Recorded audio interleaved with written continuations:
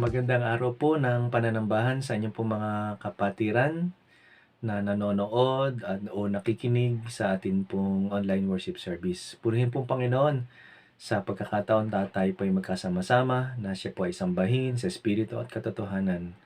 Ang Diyos po ay nalulugod na tayo po ay magkasama-sama para po siya ay maitaas po natin na malulhati.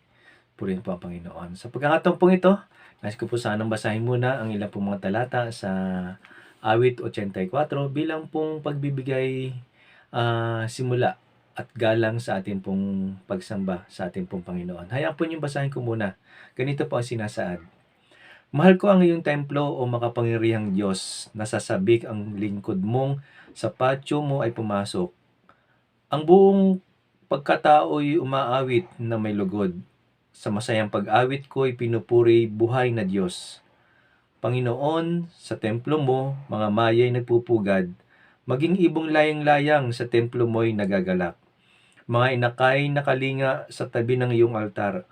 O Yahweh, Hari namin at Diyos na walang kupas, mapalad na masasabi silang dooy tumatahan at palaging umaawit, nagpupuring walang hanggan.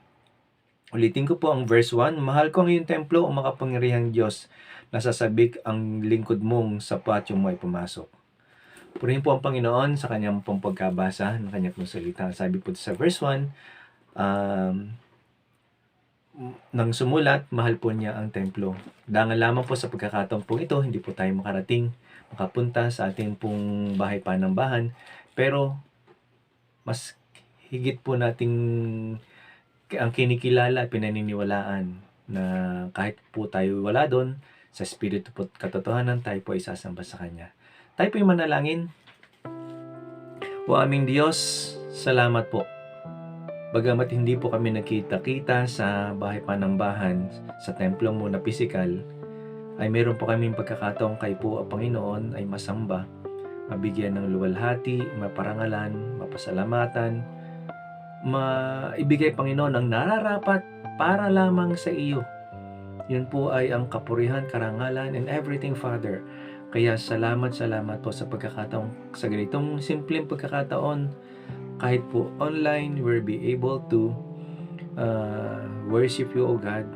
Panginoon, salamat po kung paanong gagamitin mong makapangyarihan ng iyong salita na siya po ay makikipag-ugnayan sa amin at iyo po nawang gagamitin ang iyong salita para po kami ay higit pang mabago ayon Panginoon sa iyong wangis. Salamat din po aming Ama kung paano gagamitin mo ang mensahe ng awitin po namin sa araw na ito. Nawa aming Ama, magluwalhati po kayo sa aming pong gagawing pananambahang ito. Sa mga bahay-bahay po ng bawat mga mananampalataya, malagod po kayo nawa aming Ama. Purihin kayo Panginoon, marami pong salamat sa dakilang pangalan ng inyong pong anak ang Panginoon Kristo. Amen. Purihin po ang Panginoon, tayo po ay sumamba sa ating pong Diyos. So mapagpalang araw po muli sa ating lahat, ating pong sambahin, ating pong papurihan at awitan ang kadakilaan ng Diyos sa atin. Sino pa nga ba ang magpupuri sa Kanya kundi ang mga kumikilala din sa Kanya? Hallelujah, dakila po kayo Panginoon. Sino magsasabing dakila ka aming Ama? Sino pang aawit sa Kanya, hindi tayong Kanyang nilikha? Sinong magsasabing dakila ka aming Ama? Sino pang aawit sa Kanya, hindi tayong Kanyang nilikha?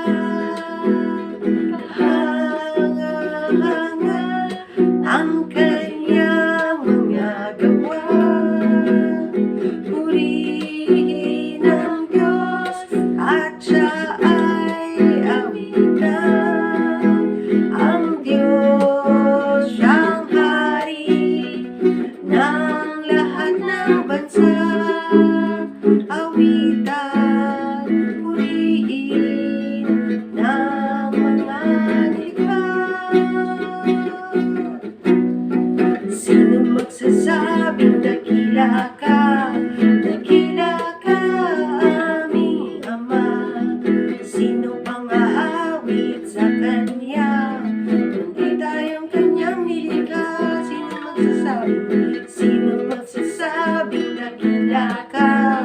Dakila ka, aming Ama.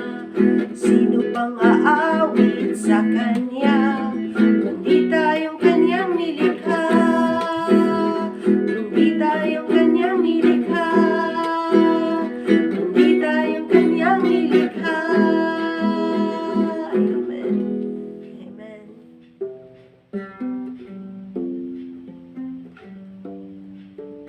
O Panginoon, ang kalikasan mismo ay nangungusap sa iyong kadakilaan, maging ang kalangitan, ang karagatan, ang kabundukan, ang lahat ng iyong mga nilalang ay magsasabing tunay na kayo po ay dakila. Sambahin po kayo. Bakit kung aking pagmasdan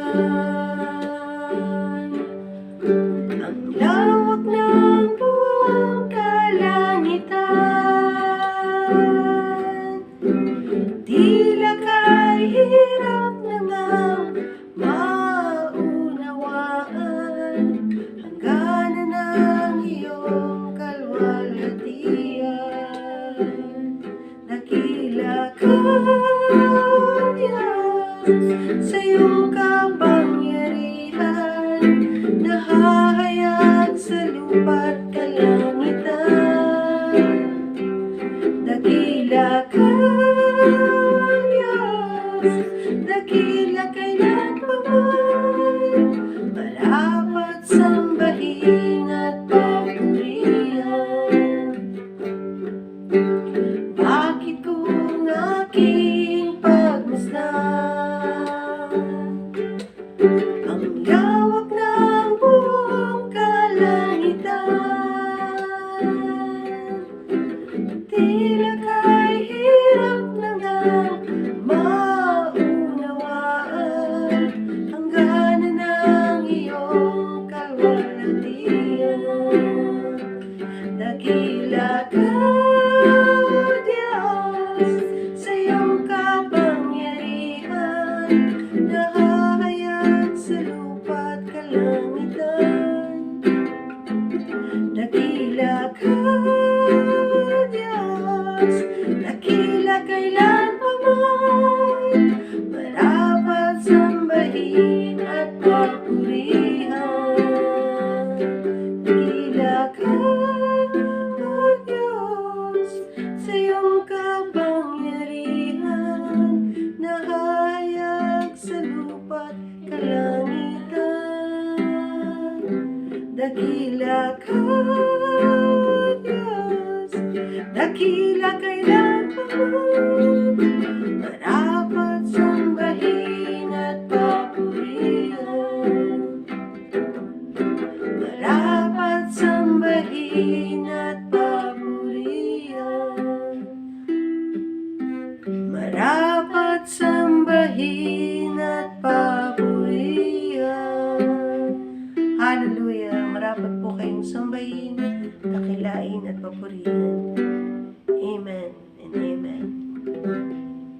Good morning po sa bawat isa. Have a blessed day today, the Lord's Day. And ang atin pong pagbubulay-bulayan ngayon ay matatagpuan po natin sa isang talata po lamang, Proverbs chapter 12 verse 22. Ano po? Sa Tagalog, babasahin ko po ang talatang ito. Ganito po ang nakalagay sa talata: mga sinungaling na labi ay kasuklam-suklam sa Panginoon, ngunit ang nagsisigawang may katotohanan ay kanyang kaluguran.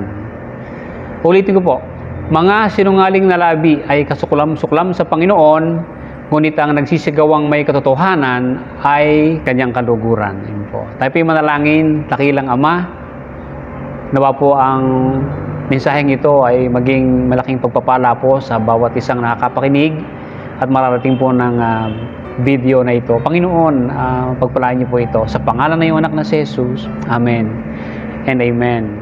Ito pong ating topic na ito ay may kinalaman sa salitang kasinungalingan. Ito po yung ating paksa. At akin nga po itong pinamagatang pinalaya na po tayo. Pinalaya na tayo sa kasinungalingan. Naranasan po ba natin na minsan tayo po ay nadaya? Naranasan po ba natin na minsan tayo ay pinagsinungalingan? nagsinungaling sa atin ng ating ang ibang tao, lalo na kung mahal sa buhay. Ano yung pakaramdam? Palagay ko ay masakit. Ano po? At masakit talaga. So, hindi po maganda. Kaya nga naman, alam niyo po, sa Biblia ay napakabigat ng ginamit na salita. Ang sabi ay, kasuklam-suklam ito sa Panginoon. At doon sa mga nabiktima na ng kasinungalingan, nabiktima na ng mga pandaraya, nabiktima na ng mga fake news, nabiktima na ng mga scam, alam kong masakit ito sa marami. And that's why hindi biro ang kasinungalingan. Hindi biro ang falsehood, hindi biro ang mga pandaraya, ang mga panlilinglang dahil lamang sa hindi katotohanan ang sinasabi. Para sa akin po ay mahalaga po ang topic na ito sapagkat ito pong kasinungalingan o pagsisinungaling ay alam kong karaniwan sa marami. Karaniwan sa nakararami. Normal lang, Pero alam po ninyo, ang mabigat po sa akin at masaklap para sa akin ay kapag ang nagsisinungaling ay Kristiyano. Kapag ang nagsisinungaling ay anak ng Diyos, born again Christian. Sapagkat tayo po naniniwala na binago na po tayo ng Panginoon. Kasi marami po akong minsang napapansin, nahuhuli, naoobserbahan na Kristiyano na, pero tila ba parang okay lang sa kanya ang kasinungalingan. Hindi ko nakitang nag-remorse, hindi ko nakitang nalungkot, at nananatili sa gayong pamumuhay na parang sanay magsinungaling, ay Kristiyano.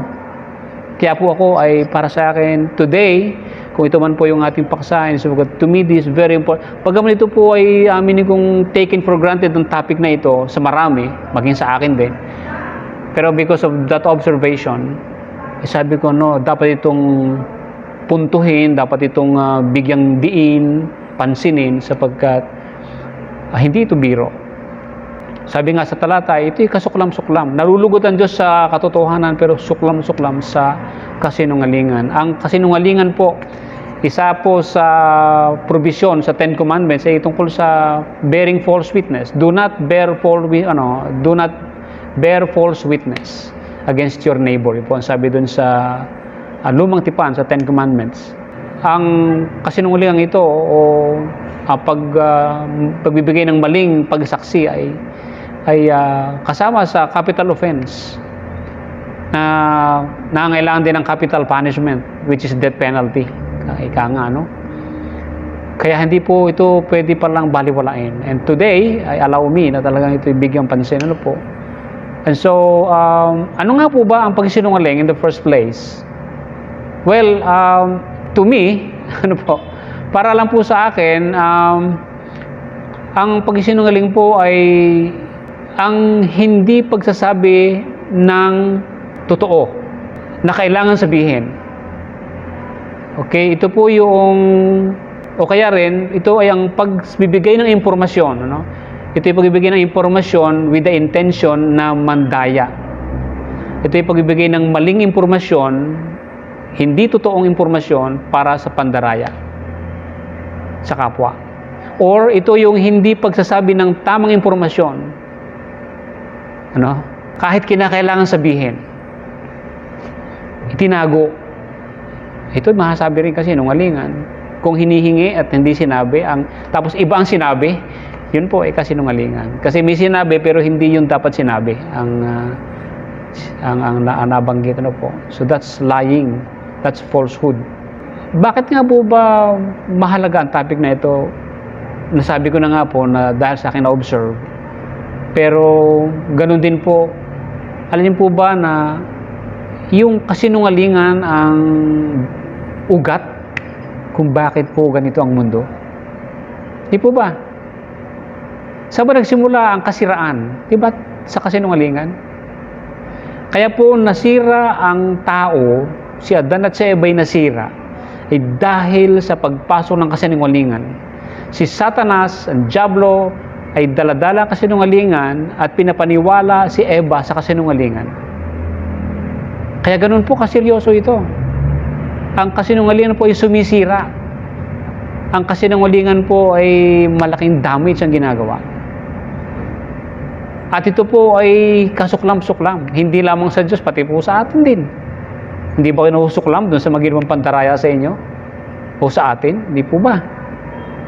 Kaya hindi po natin dapat mahalin ito, baliwalayin po. Kaya lang nga, sabi ko nga, parang may mga Kristiyanong tila ba, okay lang sa kanilang magsinungaling. Parang ordinaryo na lang sa kanilang magsinungaling. Walang pagsisisi, walang kalungkutan sa pagsinungaling. Ay nakakalungkot po talaga yon. Ano po, pagka ganon. Nais ko lang po ipalaala nga pala na mahasabing bakit ito'y seryoso sapagkat baga may isang beses na itong nangyari sa tala sa Biblia, pero alam niyo po, pinatay ng Diyos si Ananias at si Sapphira dahil sa pagsinungaling nila. At ang pagkakasabi po doon ay sapagkat pinuspos ni Satanas ang puso ng mag-asawa o ni Ananias. So ang pagsinungaling ay talagang galing sa dyablo. Dahil ang dyablo ay sinungaling at ama ng kasinungalingan. At patuloy na naghahasik ng mga kasinungalingan. At ang kasinungalingan ay nang-aalipin. Nang-aalipin. Alam niyo ba na kapag isang tao ay nagsinungaling, ay patuloy siyang makapagsisinungaling sapagkat pilit niyang tatakluban, tatakpan ang kanyang naunang pagsinungaling. Ito yung tinatawag sa English na snowball effect. Patuloy ang paglaki o pag-increase. Ano? Palaki ng palaki ang kasinungaling ang gagawin. Magtatahi ng mga kwento para lamang pagtakpan yung mga naunang kasinungalingan. Kahit hanggat hindi nakakalaya doon sa unang kasinungalingan ay di puro kasinungalingan ang sasabihin para hindi lumabas ang unang kasinungalingan. Yun po, kaya po ito ay delikado. Mapupuno at maaalipin po tayo ng kasinungalingan. Mahahawakan po tayo at makukontrol ng kasinungalingan. At patuloy po masusuklaman Diyos sa kasinungalingang ginagawa ng tao natin, lalo sa kanyang mga anak. It is talagang against the nature of God and therefore should be against the nature of His children. Kaya ako'y nagtataka kapag kami mga Kristiyano na tila babaliwala sa kanila ang gumawa ng kasinungalingan. Okay, maaari nyo itanong, sino ba naman ang kahit minsan ay hindi nagsinungaling? Yes, I agree. I agree that probably walang hindi nakapagsinungaling. Sapagkat aminin ko na ako mismo man, nakaraan, in the past, ay nakapagsinungaling din. Nalubos ko namang pinagsisihan. At sa mga pagkakataon, ay marami pa rin pong mga tukso para magsinungaling. Ngunit ang ating pong ginagawa, sa tulong at biyaya ng Diyos ay maaari makaiwas. Kung aware po tayo na ito po ay kasuklam-suklam sa Diyos at ito po ay nagdudulot ng kasiraan sa mga relationships. Ang sabi po dito sa Proverbs 6:19, sinungaling na saksi na nagsasalita ng kabulaanan at ang naghahasik ng pagtatalo sa gitna ng magkakapatid. Imagine, naghahasik ng pagtatalo sa gitna ng magkakapatid. Sa Efeso 4:24, at kayo'y mga bihis ng bagong pagkatao na ayon sa Diyos ay nilalang sa katuwiran at sa kabanalan ng katotohanan. Kaya nga, pagkatakwil ng kasinungalingan ay magsasalita ang bawat isa sa inyo ng katotohanan sa kanyang kapwa sapagkat tayo'y mga sangkap na isa't isa sa atin. In other words, tayo po ay member ng isang body. Tayo po ay member ng isang katawan, ng isang family. At kapag ikaw ay nagsasalita ng kasinungalingan sa iyong kapatid sa Panginoon, ikaw ay sinisira mo isang katawan din. Katawan mo rin ang sinisira. Kasi tayo members ng isang katawan. So, ganun po ang epekto po noon. Kaya po doon ay talagang seryoso po ito. Of course, not to mention, kapag po mayroon pong mga pagsinungaling o mga pandaraya o tawag, cheating, ito po'y nakakawala ng trust. Kapag nalaman mo na ikaw ay dinaya, ang hirap pagtiwalaan ng tao ng daya, di ba? Next time around, mapagtitiwala mo ba siya gaya ng dati? Mukhang hindi na. maaring, they have to work for it, no? Minsang nadaya ka, minsang ginawan ka ng gano'ng pandaraya, ay susunod, talagang hindi na ganun kadali ang magtiwala. Kaya nakakasira ng relationship, maging sa loved ones, maging sa family, ang pandaraya. Sa totoo lang. Kaya napakahalaga at seryoso ang bagay na ito. Nais kong manawagan sa ating mga kapatiran na seryosahin po natin ang mga bagay na ito. Ano po? Tayo po ay tinatawag na ilaw at o liwanag. Samantalang ang sanlibutan ay tinatawag na nasa kadiliman. Kaya kung tayo po ay magsisinungaling din, ay para na rin tayo ay nasa sanlibutan. Ano po? Kaya sa pagkakataong ito po ay yon, nais po nating tingnan lamang ang kahalagahan ng ating sinasabing ito.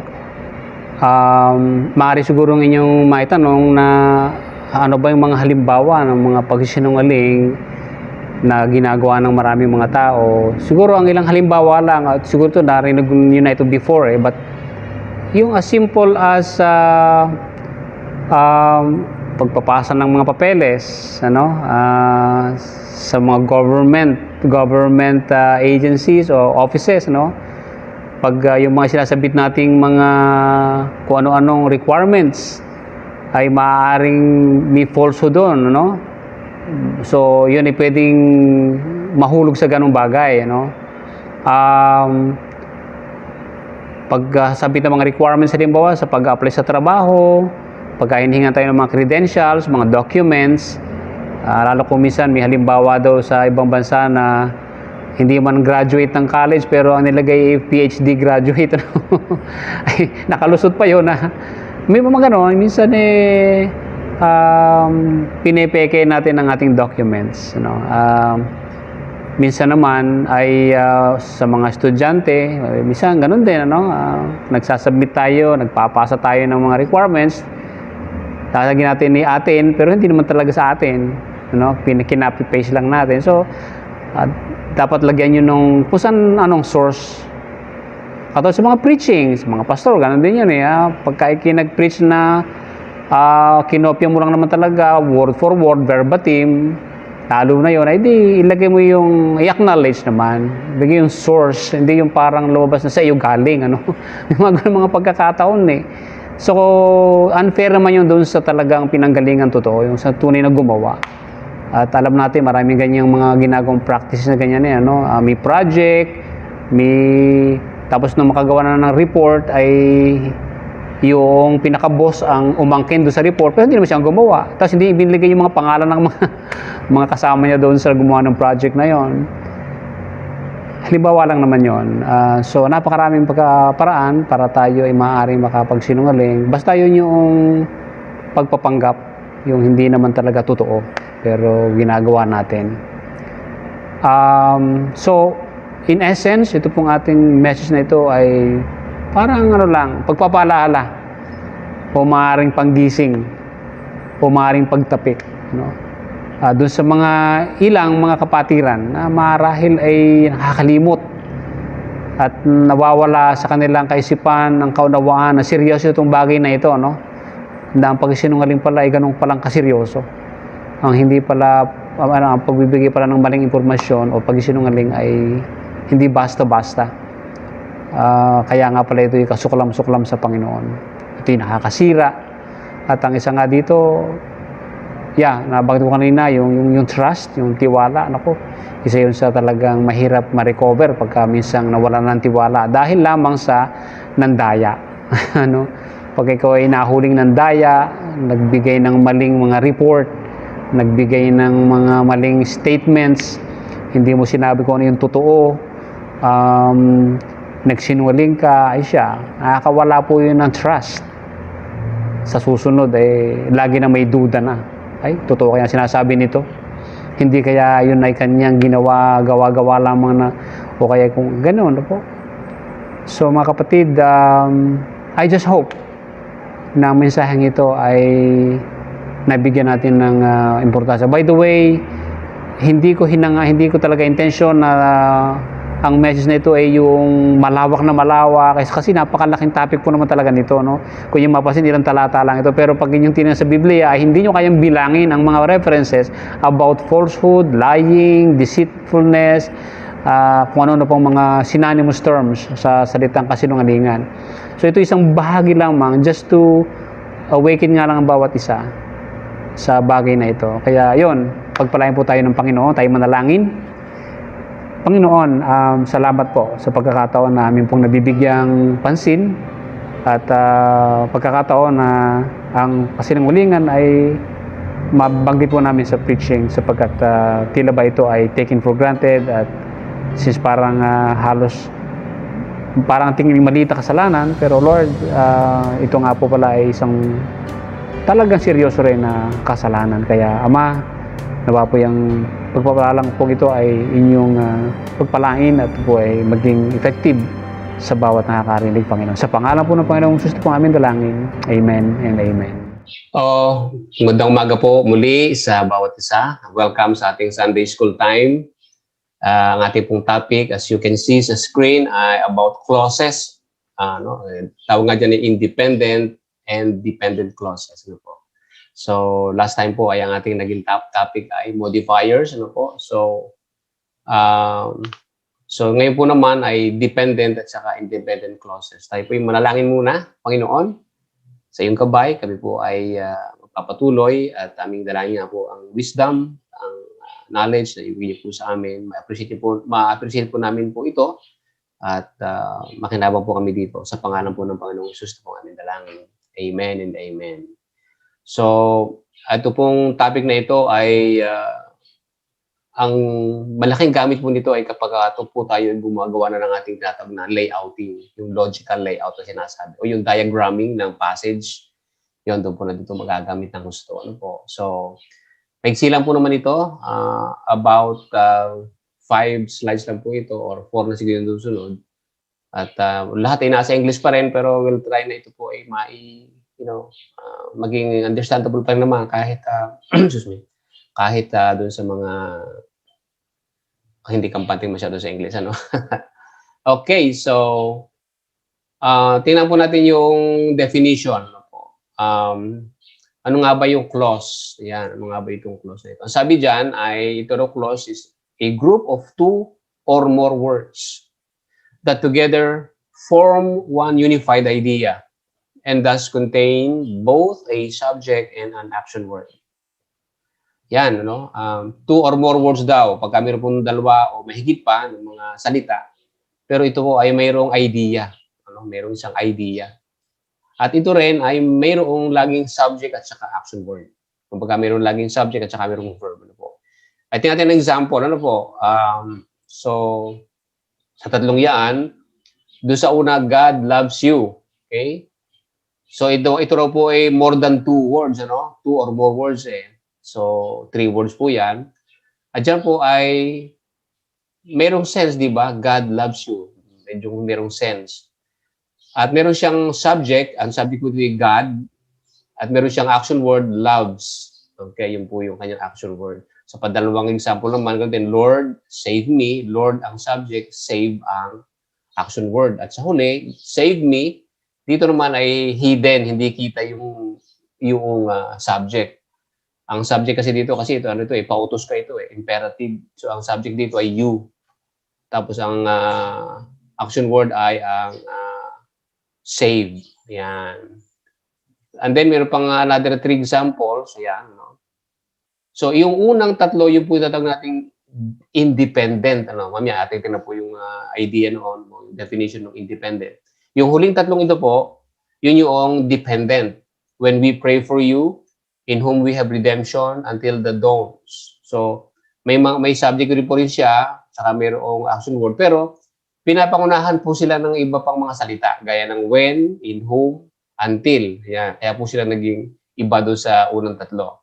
Tingnan po natin ang dalawang klase nito, yung independent saka yung dependent. Ang independent clause, ito daw mayroong complete thought at can stand alone. Ayan, yun po sinasabi. Example, John went to bed. So dito po sa after he ate, John went to bed. Yan po ay complete Kumpletong sentence yan. Or, oo. Pero dyan po, ang pinaka-independent clause ay yung merong underline. Si John went to bed. At dyan po, ang dependent ay yung after he ate. Okay? Okay. So, again, meron pong dyan sa may underline, ang subject po ay si John at ang action word po ay yung went. At complete po yung thought. At pwedeng mag-stand alone. Yung po namang isa ay yung dependent clause.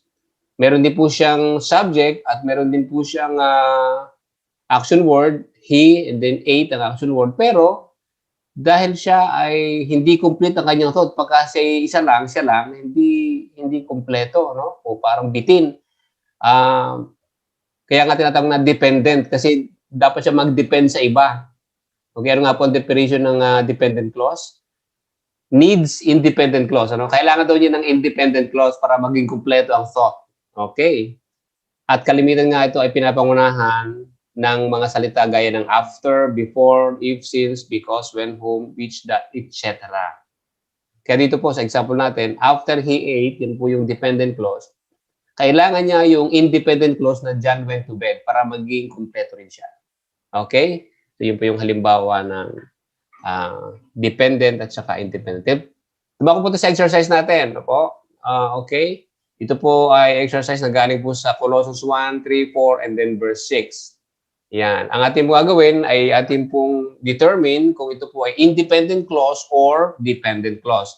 Isasahin lang po natin, ano? Okay. Doon sa first line, we always thank God the Father for our Lord Jesus Christ. Dependent or independent? Okay. So, napansin nyo, mayroong complete thought, di ba? At can stand alone. So, ito ay independent. We always thank God. Ang pangalawa, when we pray for you, yan ay dependent. Pangatlo, because we have heard of your faith in Christ Jesus and of the love you have for all God's people, yan ay dependent. Number 3 na pala yun. Number 4, the gospel is bearing fruit and growing throughout the whole world. Yan, napansin nyo yan ay complete thought, no? So yan ay independent. Yung second to the last, just as it has been doing among you, yan ay dependent, and yung last ay ganun pa rin, dependent pa rin siya. So dalawa lang ang independent, ano? Yung number 1 at saka yung number 4. Ayun. Okay, so more example, tingnan natin ito. Okay, galing ito sa Colossians 1:28 hanggang 29. Yung verse 28, yung may underline dyan, yan ang independent. The rest ay dependent. At sa verse 29, yung underline, yun yung pinaka-independent. At of course, yung sumunod ay dependent. Okay? So, ganun lang po yun.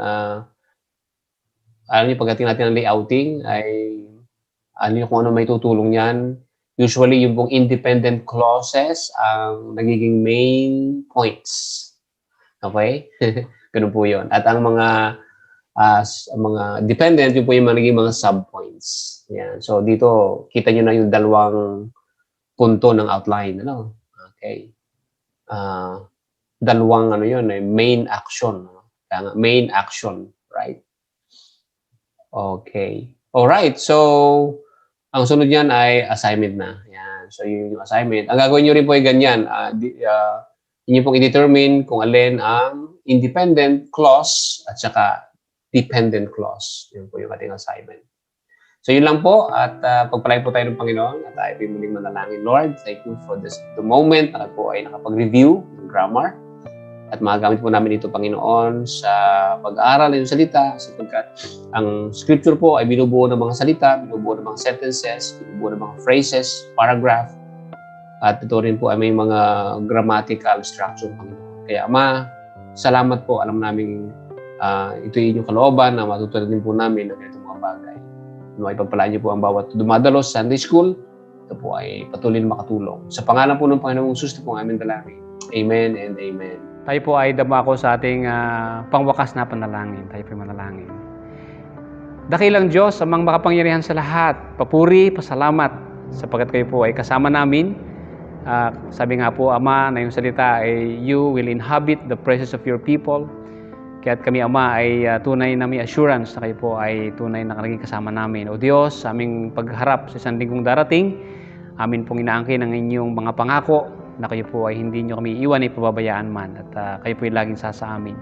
Kayo po yung aming pastor na lagi po mangunguna sa amin. Dadalhin kami, Panginoon, sa mainam na pastulan at sa mainam na batisan. O Diyos, maraming salamat po sa inyo. At sa Kanya na makapag-iingat sa inyo upang hindi kayo magkasala at makapaghaharap sa inyo ng walang kapintasan at may malaking kagalakan sa Kanyang kaluwalhatian. Sa isang Diyos na ating tagapagligtas sa pamamagitan ni Jesucristo na Panginoon natin, sa Kanya ang kaluwalhatian, ang kadakilaan, kapahamalaan at kapangyarihan mula noong una, ngayon at magpakailanman. Amen and Amen.